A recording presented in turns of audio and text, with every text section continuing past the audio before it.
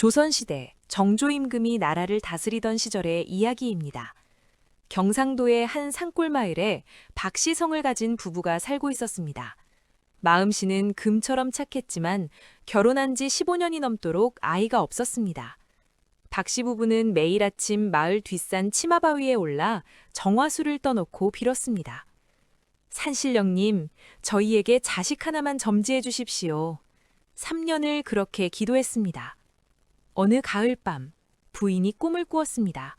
하얀 수염을 기른 산신령이 나타나 손에 빛나는 구슬을 들고 있었습니다. 그 구슬은 달빛보다 밝게 빛났습니다. 산신령이 말했습니다. 그대 집안의 정성이 하늘에 닿았으니 이 복덩이를 내려주겠노라. 그리고 구슬을 부인의 품에 안겨주었습니다. 꿈에서 깬 부인은 온몸이 따뜻함을 느꼈고 그날부터 태기가 있었습니다. 10달 후, 섣달 금음날 밤이었습니다. 한방눈이 내리고 북풍이 휘몰아치는 밤, 산모가 진통을 시작했습니다. 마을 산파가 급히 달려왔고 남편은 방 밖에서 안절부절 못했습니다. 아이가 태어나는 순간 방안이 환하게 밝아졌습니다. 은은한 향기가 집안을 가득 채웠습니다. 산파가 놀라 아이를 들어올렸는데 갓난아기의 주먹 안에 무언가 쥐어져 있었습니다. 손을 펴보니 손바닥에 붉은 점으로 복자가 찍혀 있었습니다. 마을 사람들은 신기한 일이라며 수근거렸고 부부는 하늘이 점지해준 귀한 자식이라며 눈물을 흘렸습니다. 100일이 지나자 더 놀라운 일이 벌어졌습니다. 보통 아이들은 100일이 되어도 겨우 목을 가누는 정도인데 이 아이는 혼자 앉아 있었습니다. 돌이 되자 걸음마를 시작했는데 그것도 보통 걸음이 아니었습니다. 아장아장 걷다가 마당의 흙바닥에 나뭇가지를 들고 무언가를 쓰기 시작했습니다. 처음에는 낙서인 줄 알았습니다. 하지만 자세히 보니 글자였습니다. 그것도 한자였습니다. 천지인, 천지인, 하늘천, 땅지, 사람인. 아이가 기저귀도 떼지 않은 채로 천자문을 쓰고 있었던 겁니다. 소문이 퍼졌습니다. 동네 훈장님이 찾아와 직접 확인했습니다. 이건 보통 아이가 아니오. 훈장님은 감탄을 금치 못했습니다. 2돌이 되자 아이는 말을 유창하게 했습니다. 3돌이 되자 사서삼경을 줄줄 외웠습니다. 하지만 더 신기한 건 따로 있었습니다. 아이에게는 특별한 능력이 있었습니다. 사람의 얼굴을 보면 그 사람의 복이 보였습니다. 복이 많은 사람은 이마에서 금빛이 났고 복이 없는 사람은 회색빛이 났습니다. 그리고 가장 중요한 건 누가 거짓된 복을 쌓았는지도 알 수 있었습니다. 거짓된 복이란 무엇일까요? 겉으로는 착한 척하면서 속으로는 탐욕을 품은 사람, 남의 것을 빼앗아 자기 것을 불린 사람, 약자를 짓밟고 강자에게 아첨하는 사람, 이런 사람들의 이마에서는 검은 기운이 뿜어져 나왔습니다. 아이는 그런 사람들을 보면 참지 못했습니다. 비록 3살배기 몸이지만 그 검은 기운을 없애주고 싶었습니다. 그래서 팔도를 유람하며 사람들을 돕기 시작했습니다. 마을 사람들은 아이를 기저귀 도령이라 불렀습니다. 기저귀도 채 떼지 못한 나이에 도령처럼 의젓하게 행동한다고 해서 붙여진 이름입니다. 자, 이제부터 기저귀 도령이 팔도를 유람하며 벌인 3가지 놀라운 이야기를 들려드리겠습니다. 기저귀 도령이 5살이 되던 해 봄이었습니다. 도령은 어머니를 따라 이웃마을 잔치에 갔습니다. 김진사라는 부자가 육순잔치를 크게 벌이는 날이었습니다. 김진사의 집은 마을에서 가장 큰 기와집이었습니다. 대문부터 화려했습니다. 붉은 칠을 한 대문에는 금박으로 장식이 되어 있었고 마당에는 온갖 귀한 나무들이 심어져 있었습니다. 잔치상에는 산해집리가 가득했습니다. 전복, 해삼, 홍어, 가진나물과 떡, 그리고 각종 과일까지. 마을 사람들은 감탄했습니다. 역시 김진사님은 대단하시네. 이렇게 후하게 잔치를 베푸시더니. 하지만 기저귀 도령의 눈에는 다른 것이 보였습니다. 김진사의 이마에서 검은 기운이 치솟고 있었습니다. 그것도 아주 짙은 검은색이었습니다. 도령은 어머니에게 말했습니다. 어머니, 저 양반 복이 썩었어요.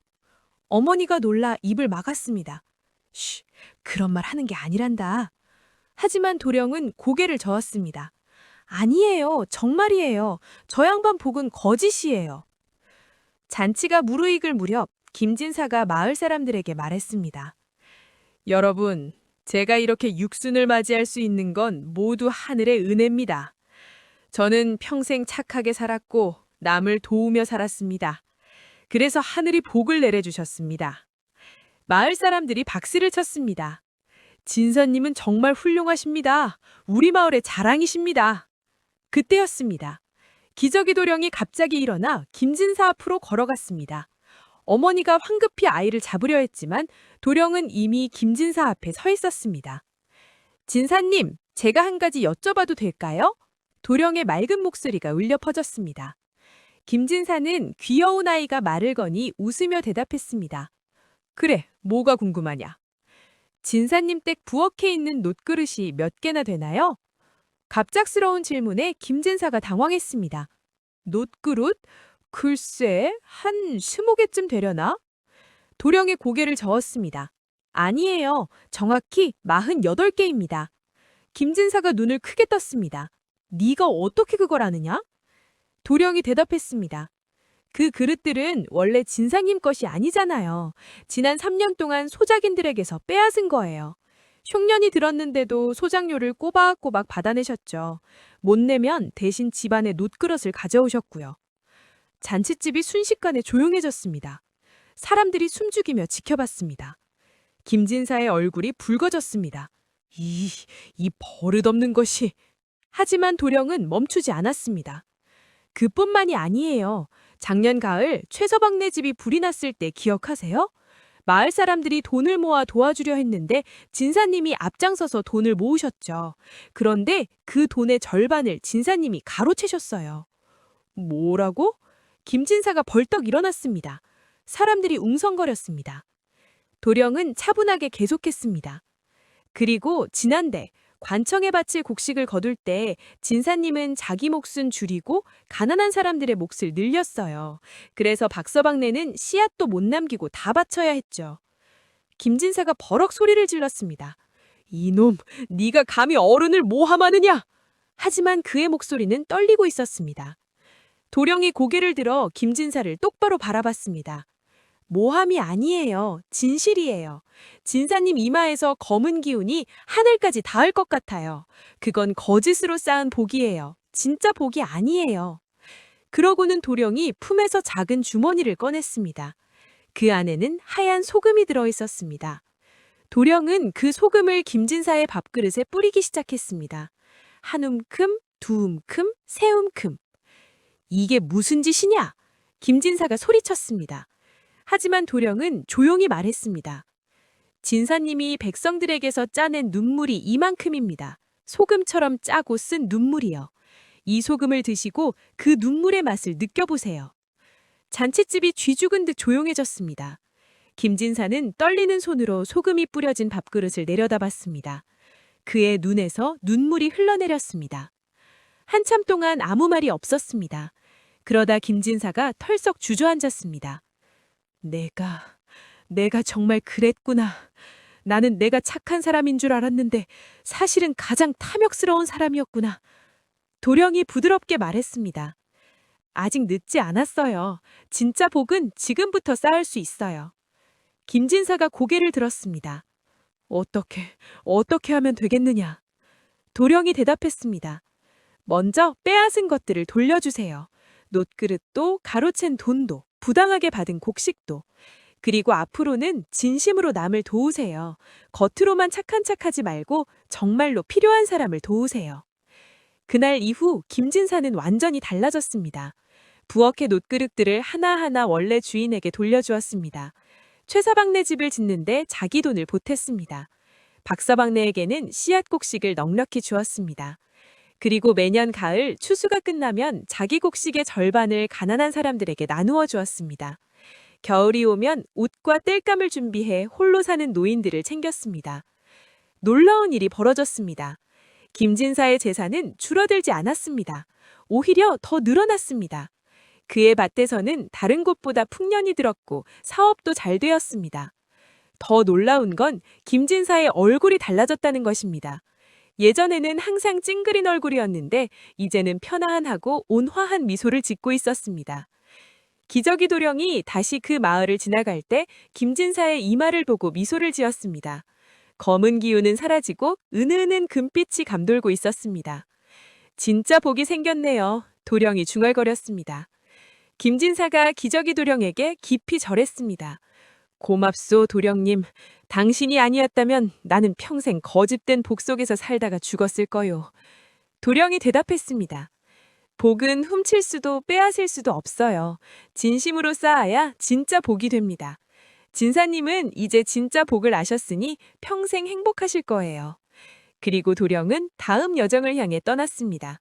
아직 도와야 할 사람들이 많이 남아 있었기 때문입니다. 다음해 여름, 기저귀 도령은 충청도의 한 고을에 도착했습니다. 마을 입구에 들어서자마자 무언가 심상치 않은 분위기를 느꼈습니다.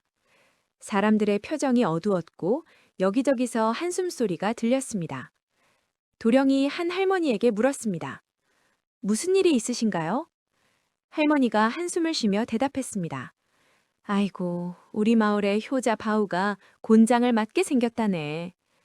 효자가 왜 곤장을 맞나요? 도령이 놀라 물었습니다. 할머니가 자세히 이야기를 들려주었습니다. 바우는 마을에서 가장 효성이 지극한 청년이었습니다. 어머니가 병들어 눕자 밤낮으로 간호했습니다. 약을 구하러 먼 산까지 다녔고 죽 한 그릇이라도 정성스럽게 올렸습니다. 그런 바우가 하루아침에 도둑으로 몰렸습니다. 마을 양반인 송판서 댁에서 귀한 은자 100냥이 없어진 것입니다. 송판서는 바우를 의심했습니다. 바우가 어머니 약값 때문에 훔쳤을 것이다. 송판서가 관아에 고발했고 바우는 잡혀갔습니다. 바우는 억울함을 호소했습니다. 제가 아닙니다. 저는 절대 그런 짓을 하지 않았습니다. 하지만 증거가 있었습니다. 바우의 집 마당 소나무 밑에서 은자가 발견된 것입니다. 이게 무슨 말이냐? 네 집에서 은자가 나왔는데도 아니라고 우기느냐? 관아의 사또가 노했습니다. 바우는 눈물을 흘리며 말했습니다. 저는 정말 모릅니다. 누군가 저를 모함하려고 몰래 묻어놓은 것 같습니다. 하지만 사또는 믿지 않았습니다. 증거가 명백한데 무슨 변명이냐? 내일 아침 곤장 80대를 치고 섬으로 유배 보내겠다. 마을 사람들은 바우를 믿었습니다. 그가 도둑질을 할 사람이 아니라는 걸 모두가 알았습니다. 하지만 증거 앞에서는 어쩔 도리가 없었습니다. 기저귀 도령은 이 이야기를 듣고 곧장 송판서 댁으로 향했습니다. 송판서는 화려한 한복을 입고 마루에 앉아 있었습니다. 도령이 그의 이마를 보는 순간 또다시 검은 기운이 보였습니다. 판사님, 안녕하세요. 도령이 공손하게 인사했습니다. 송판서가 어린아이를 내려다보며 말했습니다. 누구냐? 무슨 일로 왔느냐? 바우 형에 대해 여쭤보러 왔습니다. 도령이 말했습니다. 송판서의 얼굴이 굳어졌습니다. 그 도둑놈 말이냐? 그놈은 내일 곤장을 맞을 것이다. 도령이 고개를 저었습니다. 바우 형은 도둑이 아니에요. 송판서가 코웃음을 쳤습니다. 증거가 있는데도 아니라고? 그놈의 집 소나무 밑에서 내 은자가 나왔다. 도령이 물었습니다. 그 소나무가 언제 심어진 건가요? 갑작스러운 질문에 송판서가 당황했습니다. 소나무? 그야 바우 집 마당에 원래 있던 나무 아니냐? 도령이 말했습니다. 아니에요. 그 소나무는 한 달 전에 새로 심어진 거예요. 그것도 밤중에요. 송판서가 눈썹을 찌푸렸습니다. 네가 어떻게 그걸 아느냐? 도령이 대답했습니다. 소나무의 뿌리를 보면 알 수 있어요. 새로 심은 나무는 아직 땅에 깊이 박히지 않았거든요.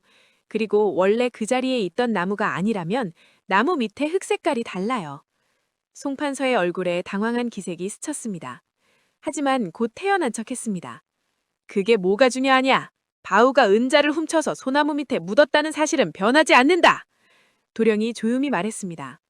만약 그 소나무를 다시 뽑아보면 어떨까요? 은자 말고 다른 것도 나올 것 같은데요? 뭐라고? 송판서가 벌떡 일어났습니다. 도령이 계속했습니다. 그 나무 밑에는 은자만 있는 게 아니에요. 장부가 하나 더 있을 거예요. 판사님이 몰래 뇌물을 받은 기록이 적힌 장부요. 송판서의 얼굴이 하얗게 질렸습니다. 너 어떡해? 도령이 설명했습니다. 판사님은 오랫동안 뇌물을 받아왔어요. 그 기록을 장부에 적어뒀죠. 하지만 최근에 감사가 나온다는 소문을 들었고, 그래서 증거를 없애야 했죠. 장부를 태우면 간단했지만 판사님은 그럴 수 없었어요.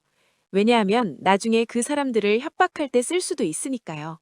그래서 숨기기로 했죠. 처음에는 자기 집 어딘가에 숨기려고 했어요. 하지만 감사가 집까지 뒤질 수도 있잖아요. 그래서 다른 사람 집에 묻기로 했어요. 바우 집에요. 송 판사가 버럭 소리를 질렀습니다. 증거도 없이 함부로 말하지 마라! 도령이 차분하게 말했습니다. 밤중에 소나무를 심으러 간 사람이 있어요. 판사님 댁 종 2명이요. 그들이 목격자예요. 그리고 나무를 심을 때 사용한 삽이 아직 판사님 댁 헛간에 있을 거예요. 그 삽에는 바우집 마당에 흙이 묻어 있을 거고요. 송 판서가 말문이 막혔습니다. 도령이 이어서 말했습니다. 은자를 함께 묻은 이유는 간단해요. 혹시 누가 나무를 이상하게 여겨서 파보면 은자를 발견하겠죠. 그러면 바우 형이 도둑으로 몰릴 거고 장부는 계속 안전하게 숨겨져 있을 거예요. 하지만 판사님은 한 가지 실수를 했어요. 소나무를 거꾸로 심으라고 한 거예요. 거꾸로? 도령이 고개를 끄덕였습니다.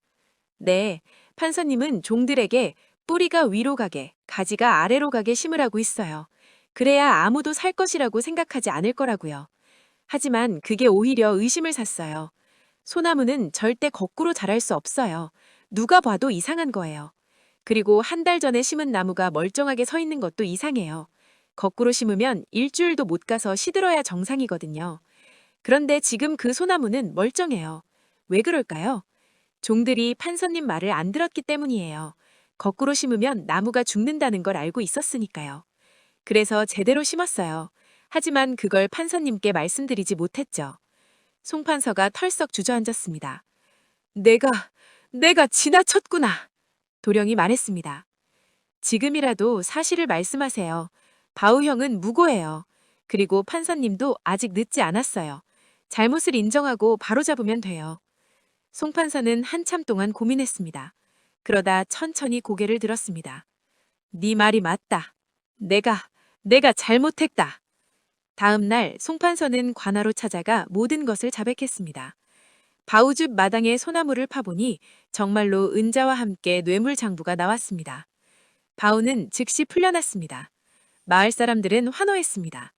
바우는 눈물을 흘리며 도령에게 감사의 절을 올렸습니다. 도령님, 제 목숨을 구해주셨습니다. 평생 잊지 못할 은혜입니다. 도령이 미소를 지었습니다. 형은 효자예요. 하늘이 효자를 버리지 않았을 거예요. 저는 그저 진실을 밝혔을 뿐이에요. 송 판서는 벼슬을 빼앗기고 고향으로 쫓겨났습니다. 하지만 도령은 그를 찾아가 말했습니다. 판사님, 아직 늦지 않았어요. 지금부터 정직하게 사세요. 그러면 언젠가 진짜 복이 찾아올 거예요.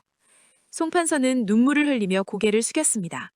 그날 이후 그는 작은 서당을 열어 가난한 아이들을 가르치기 시작했습니다. 돈을 받지 않고 오직 아이들의 미래를 위해 헌신했습니다. 몇 년 후 그가 가르친 아이들 중에 한 명이 과거에 급제했습니다. 그 아이는 송 판서를 찾아가 말했습니다. 선생님 덕분에 제가 여기까지 올 수 있었습니다. 송 판사는 그제야 깨달았습니다. 진짜 복은 남을 이용해서 얻는 게 아니라 남을 돕는 데서 온다는 것을요. 기저귀 도령이 7살이 되던 해, 온 나라에 소문이 퍼졌습니다. 임금님이 병에 걸렸다는 것입니다. 하지만 보통 병이 아니었습니다. 몸의 병이 아니라 마음의 병이었습니다. 임금님은 무엇을 먹어도 맛이 없다고 했습니다. 어떤 신하의 말을 들어도 귀에 들어오지 않았습니다. 잠도 제대로 자지 못했고 하루 종일 무기력하게 지냈습니다. 어이들이 온갖 약을 지어 올렸지만 소용이 없었습니다. 전국의 명의들을 불러 진맥을 보게 했지만 아무도 병명을 알아내지 못했습니다. 임금님의 맥은 정상입니다. 하지만 기운이 없으십니다. 명의들은 고개를 저었습니다. 대신들이 걱정했습니다. 임금님이 이러시면 나라 정사를 어떻게 하십니까? 하지만 임금님은 정사에 관심이 없었습니다. 그저 궁궐 안에만 앉아 멍하니 시간을 보냈습니다. 이 소문을 들은 기저귀 도령이 궁궐로 향했습니다.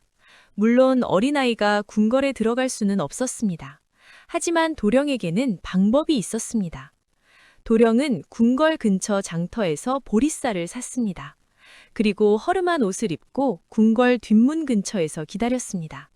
마침 궁녀 하나가 밖으로 나왔습니다. 도령이 다가가 말했습니다. 저기 실례지만 이것 좀 임금님께 전해주실 수 있나요? 궁녀가 어린아이를 보고 놀랐습니다. 뭐라고? 임금님께? 너 같은 아이가 임금님을 어찌 뵙겠다는 거냐? 도령이 품에서 보리쌀 한 봉지를 꺼냈습니다. 이것을 임금님께 드리고 싶어요. 임금님 병이 낫는 약이에요. 궁녀가 어이없다는 표정을 지었습니다. 보리쌀이 무슨 약이란 말이냐? 썩 물러가거라! 하지만 도령은 포기하지 않았습니다. 제발 부탁드려요. 이것만 전해주시면 임금님이 분명히 나으실 거예요. 궁녀는 처음에는 무시했지만 도령의 간절한 눈빛에 마음이 움직였습니다. 알았다. 그런데 임금님께서 아무 반응이 없으시면 너 혼쭐이 날 줄 알아라. 그날 저녁 궁녀는 임금님께 보리쌀을 올렸습니다. 그리고 아이의 말을 전했습니다. 전하, 한 아이가 이것을 전하께 드리라고 했습니다. 전하의 병을 낫게 할 약이라고. 임금님은 처음에는 관심이 없었습니다. 하지만 보리쌀을 보는 순간 무언가가 마음에 걸렸습니다. 보리쌀, 이것을 왜 과인에게? 그날 밤 임금님은 잠을 이루지 못했습니다. 보리쌀이 자꾸 눈에 밟혔습니다. 문득 궁금해졌습니다. 백성들은 이것을 먹고 사는 건가? 과인은 매일 산의 진미를 먹는데 백성들은 보리밥을 먹는 건가? 다음 날 아침 임금님은 수라간에 명을 내렸습니다. 오늘은 보리밥을 지어 오너라. 수라간 상궁이 깜짝 놀랐습니다.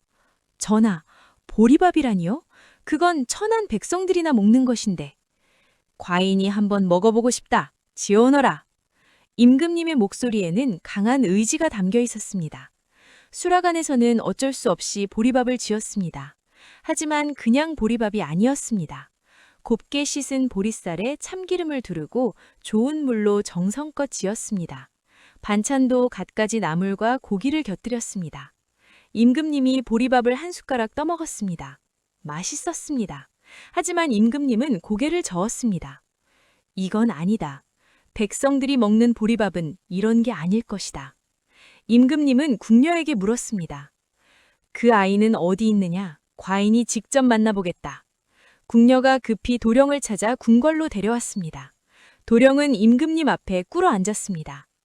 내가 과인에게 보리쌀을 보낸 아이냐? 임금님이 물었습니다. 예, 전하. 도령이 대답했습니다. 어째서 과인에게 보리쌀을 보냈느냐? 도령이 조심스럽게 입을 열었습니다. 전하께서는 지금 마음의 병을 앓고 계십니다. 그 병은 약으로 고칠 수 없어요. 무슨 말이냐? 전하께서는 너무 오랫동안 궁궐 안에만 계셨어요. 백성들의 삶을 모르십니다. 그래서 무엇을 해도 의미가 없다고 느끼시는 거예요. 임금님이 숨을 크게 들이마셨습니다. 도령의 말이 가슴을 찔렀습니다. 도령이 계속했습니다. 전하, 진짜 보리밥을 드셔보셨어요? 수라간에서 만든 보리밥 말고 백성들이 먹는 보리밥이요. 그게 무슨 뜻이냐? 백성들은 깨끗한 물로 밥을 짓지 못해요. 웅덩이 물을 길어다 쓰죠. 참기름도 없어요. 그냥 물만 넣고 짓습니다. 반찬도 없어요. 김치 한 조각, 된장 한 숟가락이 전부예요. 임금님의 얼굴이 굳어졌습니다. 그리고 그 보리쌀도 좋은 게 아니에요. 쌀을 관청에 바치고 남은 거예요. 돌멩이도 섞여 있고 벌레 먹은 것도 있어요. 그걸 먹고 하루 종일 논에서 일해요.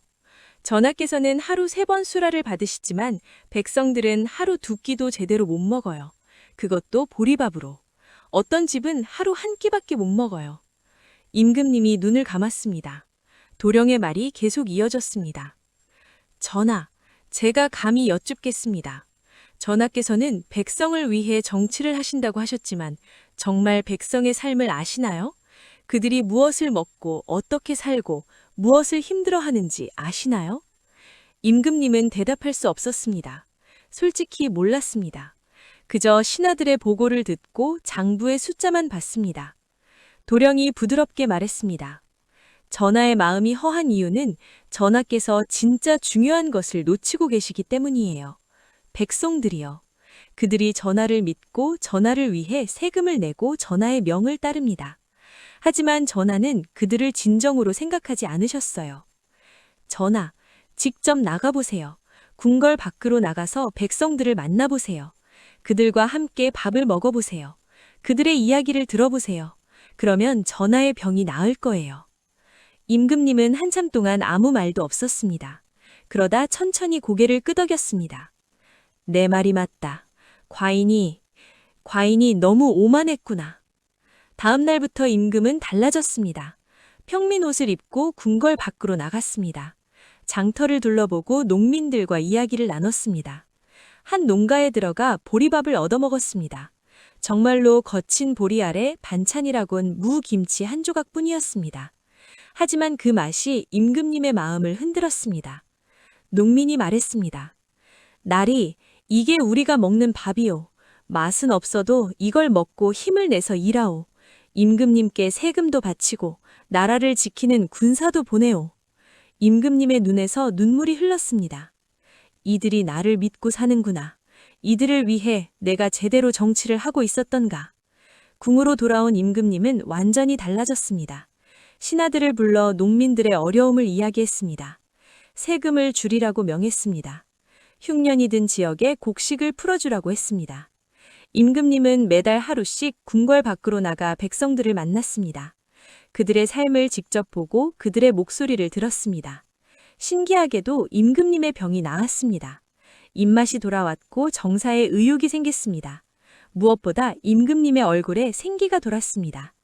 기저귀 도령이 다시 궁궐을 차졌을 때 임금님이 직접 나와 맞이했습니다. 아이야, 네가 과인을 살렸다. 네가 아니었다면 과인은 평생 궁궐 안에 갇혀 살다가 죽었을 것이다. 도령이 대답했습니다. 전하께서 깨달으셨기에 나으신 겁니다. 진짜 정치는 궁궐 안에 있는 게 아니라 백성들 속에 있다는 걸요. 임금님이 고개를 끄덕였습니다. 그렇다. 과인이 이제야 알았다. 백성이 곧 나라이고 백성을 위하는 것이 임금의 도리임을. 그날 이후 그 임금은 조선 역사상 가장 훌륭한 임금 중 한 명으로 기록되었습니다. 백성들은 그를 진심으로 사랑했고 나라는 태평성대를 누렸습니다. 기저귀 도령이 10살이 되던 해 가을이었습니다. 도령은 여전히 팔도를 유람하며 사람들을 돕고 있었습니다. 거짓된 부자를 깨우치고 억울한 사람을 구하고 길 잃은 지도자를 바른 길로 인도했습니다. 그런데 어느 날 도령이 갑자기 사라졌습니다. 마지막으로 목격된 곳은 강원도의 한 산골 마을이었습니다. 도령은 그곳에서 가난한 과부를 도와주고 있었습니다. 과부의 아들이 병들었는데 도령이 약초를 구해다 다려주었다고 합니다. 그날 저녁 도령은 산으로 올라갔습니다. 더 좋은 약초를 찾으러 간다고 했습니다. 하지만 그 이후로 도령은 돌아오지 않았습니다. 마을 사람들이 산을 뒤졌지만 도령의 흔적은 어디에도 없었습니다. 신발도, 옷도, 아무것도 남아있지 않았습니다. 마치 연기처럼 사라진 것입니다. 어떤 사람들은 말했습니다. 도령은 원래 사람이 아니었어. 하늘에서 내려온 신선이었지. 할 일을 다 마치고 다시 하늘로 돌아간 거야. 또 어떤 사람들은 말했습니다. 도령은 산신령이 점지한 아이였어. 임무를 마치고 산신령께로 돌아간 거야. 진실이 무엇이든 기저귀 도령은 그렇게 사라졌습니다. 하지만 도령이 남긴 것은 사라지지 않았습니다. 김진사는 여전히 착하게 살고 있었습니다. 그가 베푼 선행은 마을 전체를 따뜻하게 만들었습니다. 효자 바우는 어머니를 정성껏 봉양하며 살았고 나중에 훌륭한 학자가 되었습니다. 임금님은 백성을 진심으로 사랑하는 군주가 되었고 그의 치세는 역사에 길이 남았습니다. 그들 모두는 도령을 잊지 않았습니다. 그리고 도령이 가르쳐준 것을 평생 실천했습니다. 복은 훔칠 수 없다. 진심으로 쌓아야 한다. 진실은 언젠가 드러난다. 거짓은 오래가지 못한다. 진짜 중요한 것은 가까이에 있다. 멀리서 찾지 마라. 세월이 흘러 100년이 지났습니다. 이제 기저귀 도령을 직접 본 사람은 아무도 없습니다. 하지만 이야기는 남았습니다. 할아버지가 손자에게, 어머니가 아이에게, 스승이 제자에게 들려주는 이야기로 남았습니다. 그리고 그 이야기를 들은 사람들은 깨닫습니다. 우리가 사는 이유는 무엇일까요? 돈을 많이 버는 것? 높은 지위에 오르는 것? 아닙니다. 진짜 사는 이유는 사람 사는 맛을 느끼는 것입니다. 누군가를 진심으로 도와주었을 때의 뿌듯함, 정직하게 살았을 때의 떳떳함, 옳은 일을 했을 때의 평안함. 그것이 진짜 복입니다. 그것이 진짜 부입니다. 그것이 진짜 성공입니다. 기저귀 도령은 사라졌지만 그의 가르침은 여전히 우리 곁에 있습니다. 오늘 밤 잠들기 전에 자신에게 물어보세요. 나는 오늘 진심으로 살았는가? 나는 오늘 누군가에게 도움이 되었는가? 나는 오늘 떳떳한가? 그 질문에 그렇다고 대답할 수 있다면 당신은 이미 복받은 사람입니다. 기저귀 도령이 당신의 이마를 본다면 분명 금빛이 감돌고 있을 것입니다. 오늘 밤도 편안히 주무시길 바랍니다. 그리고 내일 아침 눈을 뜨면 기억하세요. 당신도 누군가의 복이 될 수 있다는 것을요.